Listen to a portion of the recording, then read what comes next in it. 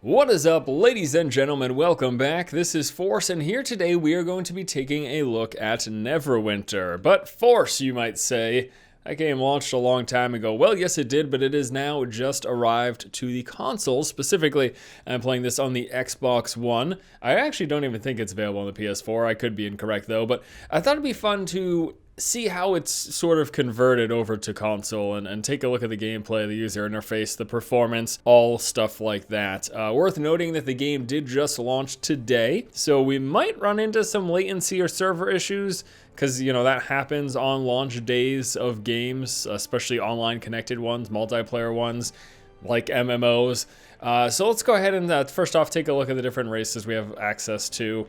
I believe this is everything that was currently in the PC version. Now the PC version will be getting some updates that will be coming quicker than the console version may get. I believe I did a little bit of research, and there was something about this update 6 that was supposed to be coming relatively soon to the PC, but it won't be arriving on the console for a while. So, you know, just things to think about. So we can change the gender. We can change different classes, which have different perks, as you can see here. I guess we'll choose the Sun Elf, because I'm going to go with a Control Wizard, I think. But we'll take a look at the different options. Trickster Rogue, Devoted Cleric, the healing support character. There's the Control Wizard, the Hunter Ranger, the Scourge Warlock, Great Weapon Fighter, Guardian Fighter, which is the tank, and I think that's all of them. For the sake of this video, let's just pick the Control Wizard. And I'm going to re-roll my stats. I never understood this system on the PC, and I'm still baffled as to why it's here. You know, you just keep hitting re-roll until you get a nice distribution that you want. Like, I'm going to go for 20 intelligence and then the second highest wisdom. That's what I'm going to aim for. So I'm just going to keep hitting re-roll. You see what I'm saying? Like, isn't this silly? Like, why not just let us pick our stats instead of having us sit here and hit reroll until we get the stats that we want? I think this is a really dumb system. All right, whatever. I'll just go with this. It doesn't matter. And we'll go with intellect and charisma. And a couple of customization options. Here, we can go ahead. These are some presets. So we could just go with one of the presets. I guess I'll just pick that. But it looks like you can further specify quite a bit here. Taking a little while for these things to load in. Notice it's a little bit of a delay on all the, you know, portraits and all this stuff loading in. But yeah, tons of different options if you wanted to really get into it. But, you know, whatever here. Some flavor stuff.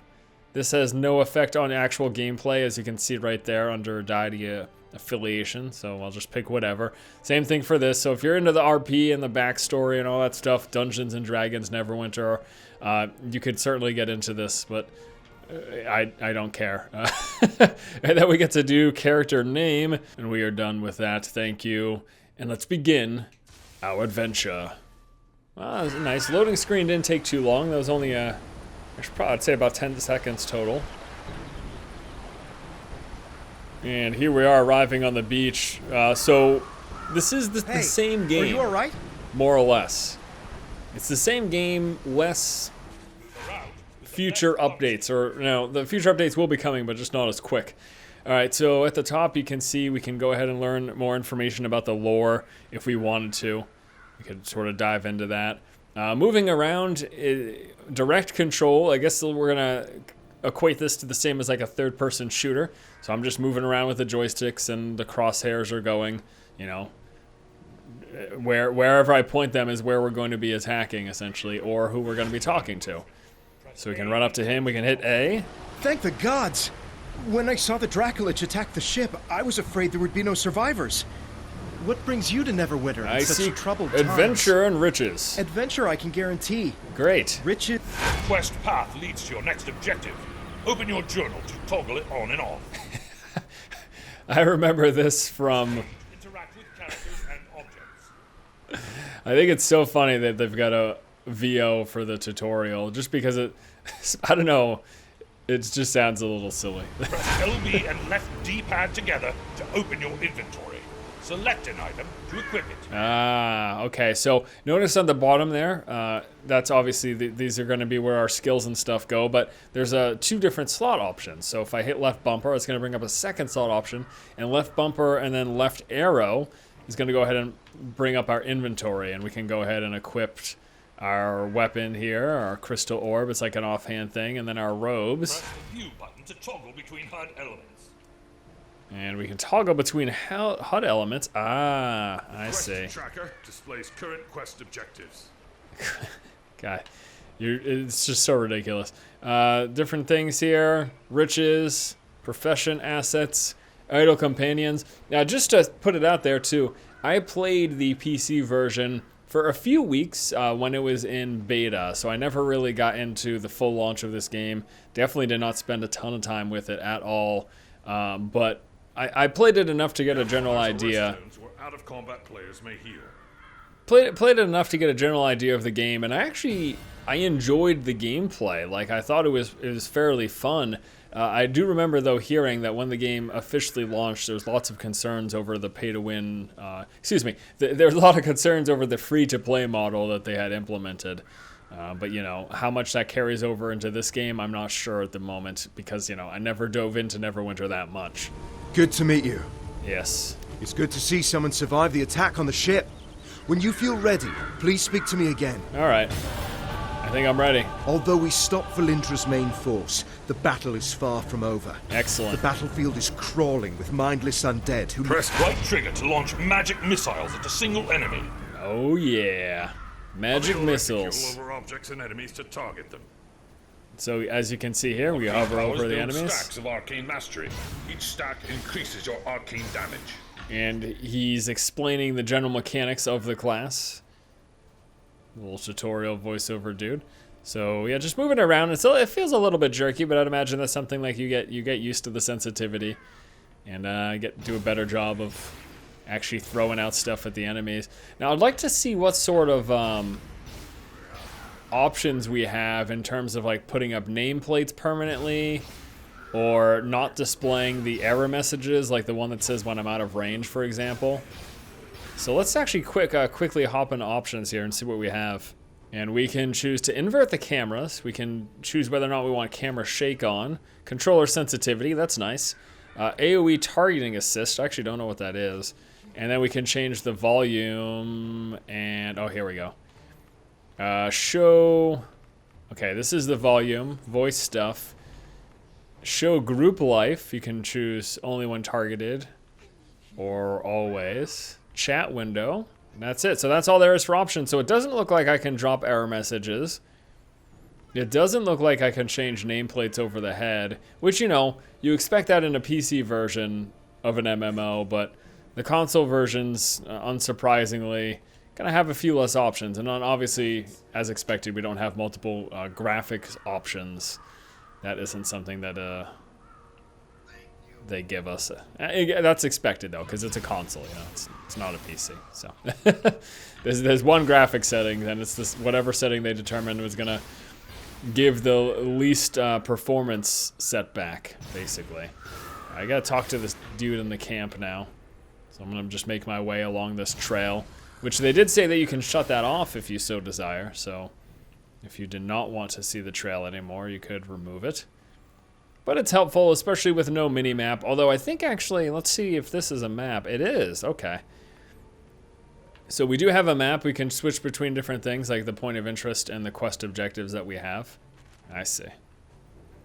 And what else is there in there? What is this? This is a chat menu. Oh, so we can enter chat. And so they do actually have, you know, it's going to take you a while, but they do actually have a chat option here, where you can type in global chat, you know, whatever you want. But again, it's going to take you a while to do this. Although I think I remember a friend telling me you could hook up the Xbox, the Microsoft Smart Glass app, like if you have an iPhone, for example, and you could type with that like seamlessly. I could basically pull up my phone and then use this app to type in chat there. So that I guess that's an option. But yeah, if you don't have that as an option, you're pretty much just, you know, I don't expect to see many people using global chat, which that's probably for a good thing. It's probably good. We were lucky to drive Valindra's forces back. All right. Thank you for aiding the wounded. No problem. And then we get a new quest for the broken arrow. I'm afraid I have a gruesome task for you. We've driven Valindra's main army off, but our Red Wizard allies are still harassing us with collect some arrows the here. left trigger to channel Ray of Frost to slow and freeze a foe. Coal-based powers build stacks of chill on your target. Each stack reduces the target's movement speed. Alright, so now instead of just the right bumper, now I've got, now I've got left bumper. So my, right trigger throws out my magic missiles. Left trigger is going to do my freezing bolt, which puts the stacks of freeze, as the tutorial dude just talked about. So I can do this and kill enemies before they get to me. Let's talk to this guy, I guess. I will answer your questions if I can, but do not break my concentration. What happened here? Valindra had a Dracolich under her control when she attacked Neverwinter. It attacked ships in the harbor, and then came straight for the city. My friends and I were helping Sergeant Knox defend the walls when it attacked. There was a terrific battle, and we were able to defeat it. Alright, so collect some arrows. Couple more, and then I'll be all set.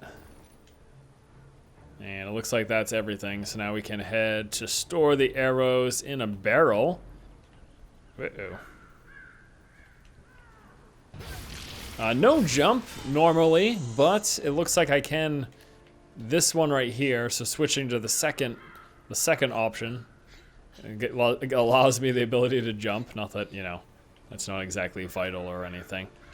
You found some ammunition. Absolutely. Excellent. We must drive the wizards back. All right. See you later. Let's go ahead and drop this in the barrel. Yay! They're shooting their missiles. Broken arrow. For the help. No problem. And what about the Sleeping Dragon Undead are Bridge? attacking Neverwinter. Oh no. They're boiling out of Castle Never and storming the Sleeping Dragon Bridge. If the bridge falls, they will enter. Press X to launch a chill strike, impaling and freezing an enemy with a shard of ice. Ooh. So we got the chilled strike now. That's nice. Throws up an ice shard. Yeah, I mean, I did play the Control Wizard in the Neverwinter beta, but again, that was a long time ago. So I'm sort of refiguring this stuff out. And the biggest thing here is just to really show you how the Xbox version looks and plays.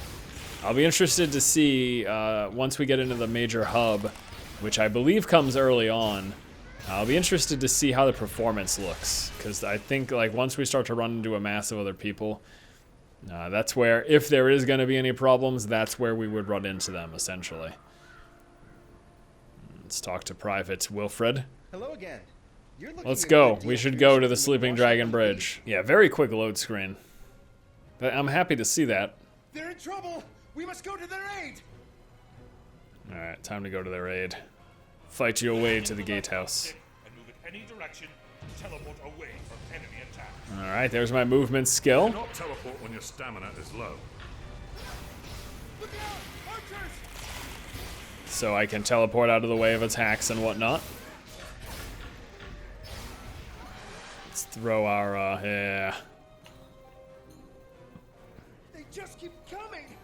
Now this bridge is where we're gonna get a little bit of a, it's not a real boss fight, but there's a dude for us to fight. That's gonna happen here. We're gonna fight some dude.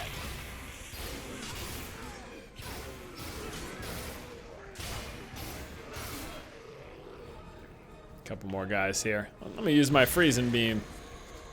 Yeah, it's nice. And blow up one with this. So it's not too bad, you know, using the controller to move around it's not as bad as honestly I expected it to be. It does feel a little bit wonky. But it's, you know, it's doable. Like it feels all right. I guess that's the best I could say. It feels all right. It's not terrible. I'm able to hit the target that I want to pretty much every time, so. Explode him.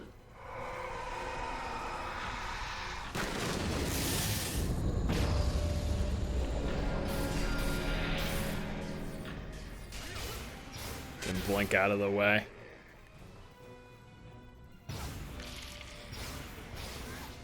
And we'll be hitting this boss any second now. What in the nine hells is that? Oh, a deathlock. Uh-oh. Get out of there.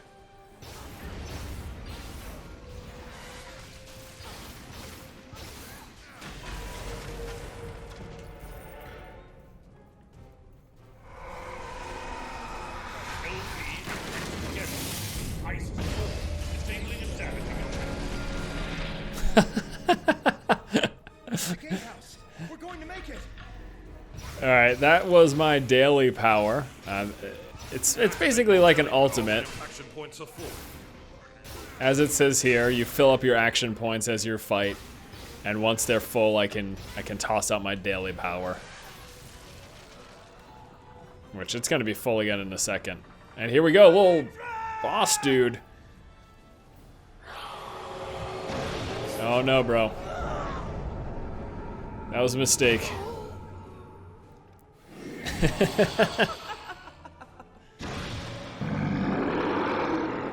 Oh, here he comes.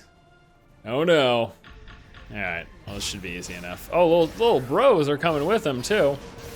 I didn't expect that. Alright, let's drop down our big old, yeah. Get out of the way of his stupid whatevers. That's fine. And just smack him around a bit. So yeah, it seems like it plays fine on the controller. I'm not like missing my target pretty much ever, so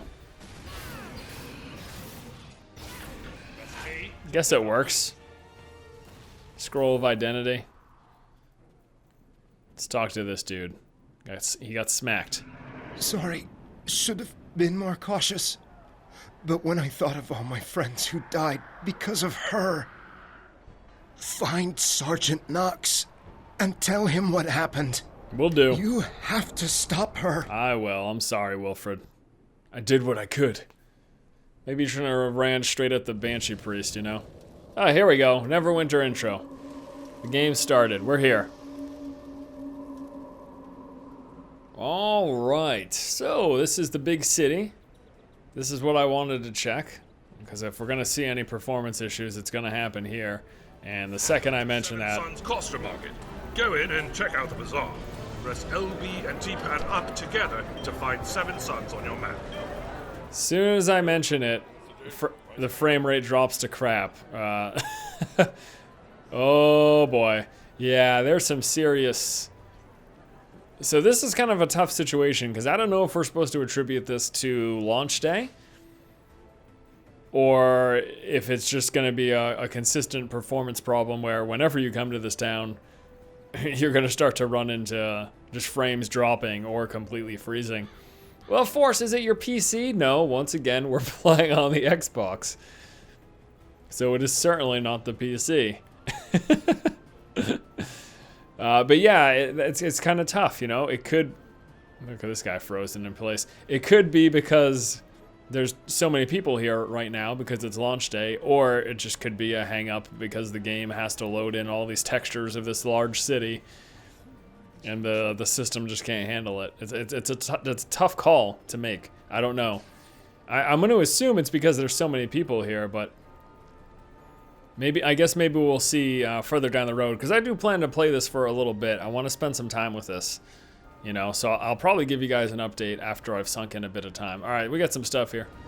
Protector's Enclave needs Yes. Wilfred is dead. Yes, he is. We're going to talk to these people, pick up our quests. And, got a prize in here, collect my reward. Ah, it's an upgraded crystal orb. He's got another quest for me too. Ah, good, I got an achievement. You're welcome. Rags to riches. Alright, I remember this stuff. This is pretty much... Yeah, this is exactly what I remember. Which, again, as it should be. Alright, let's go ahead and hop into our inventory since we do get a couple stuff here. We got a new weapon, which is better than the one that we had. This is better than the orb. More damage, plus power. Let's equip that. And we can also identify So we identify these items. Slippers are better than our patch shoes, so we can go ahead and equip those. And I don't know, I don't think we have multiple bag slot options. Oh, yes we do. Oh, we have to buy the bags. Yes, free to play, I forgot. I do believe in the questing process, though, you do get access to additional bags, if I recall correctly. All right, let's talk to this guy about his supplies. Hello, adventurer. I heard about what happened. Yes. And some more supplies for me. Give me those. Which one do I want? Do I get both of them? Yes, I do. Okay, we can hit this to view our character sheet. Okay. Fashion items can be equipped. Purely cosmetic gear. Wear fashion set. Okay. So yeah, we can put on our fashion gear if we want to be fashionable. Alright, I want to get into another quest here just to show you guys a little bit more gameplay. The UI is quite huge, as expected, I suppose, given that, you know, they're expecting people to play this on a TV. They're expecting to sit people to sit at a fair distance, so they kind of have to make, especially the text, quite large. In fact, I would almost say that the text on the bottom left is going to be too small if you're sitting any more than a few feet away from it. Like, I'm sitting, I don't know, I'd say about 3 or 4 feet away from my screen right now at a desk. But if you're sitting across the room in a chair or on the couch, like that, the text on the chat bubble is going to be incredibly small, I would say. Or, you know, you could just have better vision than I do, and then you'd be all set. Alright, let's go to the Hall of Justice vaults, which is right here. So as you can see, I didn't cut that load screen there. That is very quick. Like, that's impressively quick. But maybe it's just because I've been playing Bloodborne recently, which has like 45-second load screens. So load screens that take only a few seconds are like, whoa, that's amazing to me.